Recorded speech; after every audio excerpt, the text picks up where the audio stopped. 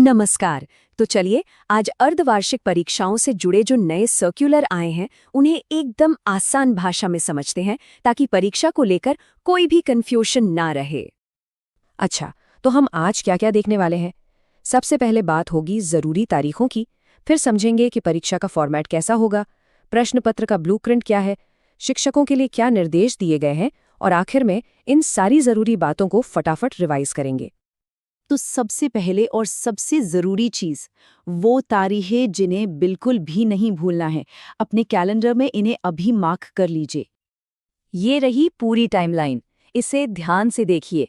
20 नवंबर को जब rskmp.in portal पर पेपर्स मिलेंगे, वहां से लेकर 30 दिसंबर जो कि मार्क्स अपलोड करने की आखिरी तारीख है, सब कुछ यहाँ दिया गया है। और हाँ, ये तारीख, इसको तो बिल्कुल याद रखना है। 30 दिसंबर, यही वो डेडलाइन है जब क्लास 3 से लेकर 8 तक के सभी नंबर ऑनलाइन सबमिट हो जाने चाहिए। चलिए अब आगे बढ़ते हैं और देखते हैं कि इस बार परीक्षा का पैटर्न कैसा रहेगा।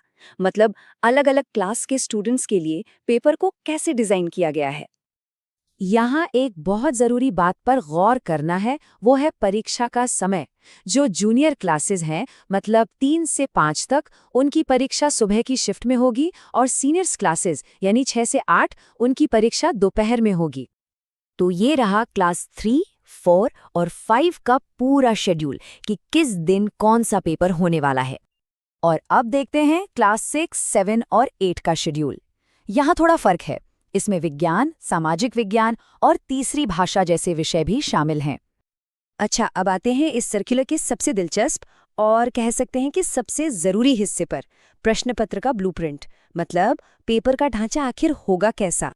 एक बात साफ है, हर विषय का पेपर कुल 60 नंबर का ही होगा। अब ये स्लाइड ये बहुत ज़रूरी है। इससे साफ पता चलता है कि पेपर का फोकस कहाँ है। देखिए, 50% सवाल तो सिर्फ बच्चे की समझ को परखने के लिए होंगे। बाकी के सवाल ज्ञान, उसे असल जिंदगी में इस्तेमाल करने की क्षमता और हाई ऑर्डर थिंकिंग स्किल्स पर आधारित होंगे। सिर्फ यही नहीं, पेपर कितना मुश्किल होगा, इसका भी पूरा ध्यान रखा गया है। आधा पेपर यानी 50% औसत लेवल का होगा। इससे हर स्टूडेंट को अपनी काबिलियत दिखाने का एक सही मौका मिलेगा। तो आइए इसका पूरा ब्रेकडाउन देखते हैं। कुल मिलाकर पेपर में 26 सवाल होंगे। इनमें एक एक नंबर के ऑब्जेक्टिव सवालों से लेकर 5-5 नंबर के बड़े जवाब वाले सवाल भी शामिल हैं। चलिए अब प्रिंसिपल और शिक्षकों के लिए जो खास निर्देश दिए गए हैं उन पर भी एक नज़र डाल लेते हैं। यहाँ एक बहुत बड़ा अंतर है जिसे समझना बहुत ज़रूरी है। क्लास 5 और 8 के पेपर सीधे राज्य शिक्षा केंद्र से बनकर आएंगे, लेकिन बाकी क्लास यानी 3, 4, 6 और 7 के पेपर स्कूल को खुद बनाने होंगे। पर हाँ, उन्हें भी बिल्कुल यही ब्लूप्रिंट फॉलो करना होगा जिसकी हमने अभी बात की है। तो ये 4 स्टेप का प्रोसेस है जो स्कूलों को फॉलो करना है। पेपर तैयार करने या डाउनलोड करने से लेकर परीक्षा करवाने, कॉपी चेक करने और आखिर में नंबर ऑनलाइन पोर्टल पर डालने तक सब कुछ इसमें शामिल है। तो इतनी सारी जानकारी के बाद आखिर में वो कौन सी सबसे ज़रूरी बातें हैं तो याद रखनी ही रखनी है। चलिए फटाफट देख लेते हैं। मतलब इन सभी नियमों के पीछे जो मुख्य विचार है वो बहुत सीधा है।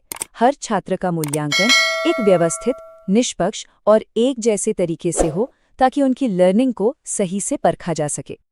अगर इस पूरी बातचीत से सिर्फ 4 बातें याद रखनी हों तो वो ये हैं।